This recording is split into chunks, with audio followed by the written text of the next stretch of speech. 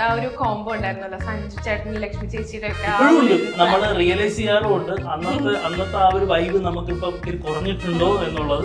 നമ്മളിൽ നിന്ന് വരുന്ന കൗണ്ടറുകളൊക്കെ നല്ലതായിരുന്നു. സഞ്ജു ചേട്ടനെ ഒന്ന് വിളിച്ചിട്ട് എന്തെങ്കിലും ഒരു ചെറിയൊരു ഹെൽപ്പ് ചോദിക്കാനാണ് ഞാൻ വിളിച്ചത്, വേറെ ഒന്നുമല്ല. ഒരു 50,000 രൂപ തരാൻ കാണും. ഞാൻ ഒന്നുകൂടെ ചോദിക്കാമേ. സഞ്ജു ഒരു 5 ലക്ഷം രൂപ തരാൻ കാണുമോ സഞ്ജു?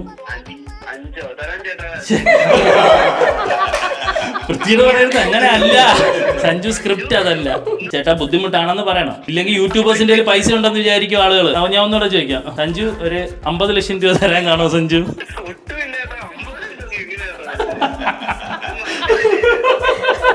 ഞങ്ങളെ ചുമ്മാ ചെറിയൊരു പ്രാങ്ക് സംഭവം. സഞ്ജുവും ഇഷ്ടപ്പെട്ട യൂട്യൂബർ ആരാ, അവരെ ഒന്ന് വിളിക്കാമെന്ന് വെച്ച് ഞാൻ പിന്നെ രണ്ടും കൽപ്പിച്ച് സഞ്ജുവിനെ അങ്ങ് വിളിച്ചു. നമുക്ക് പിന്നെ വേറെ ഇല്ലല്ലോ. ലക്ഷ്മി ഉണ്ടോ, അടുത്തുണ്ടോ?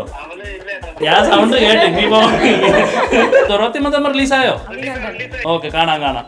മൂവി വേൾഡിന്റെ പ്രേക്ഷകരോടും പറഞ്ഞേക്കാം. തുടങ്ങുമ്പോ ഭയങ്കര വൈബായിരിക്കും, പിന്നെ ചീത്ത പറയില്ല. ഇങ്ങനെയിട്ട് ഒരു നോട്ടമുണ്ട്, ഇങ്ങനെ നോക്കും. നമ്മള് ഡയലോഗ് തെറ്റിങ്ങനെ ചേട്ടന്റെ ഫേസ് നോക്കും. ചേട്ടൻ സാമ്പത്തികമായിട്ട് നമുക്ക് യാതൊരു മെച്ചമില്ല.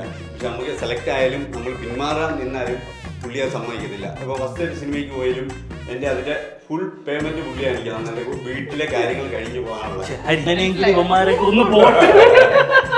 ഇത് നിങ്ങളായിട്ട് പറഞ്ഞ് പഠിപ്പിച്ചൊന്നുമല്ല.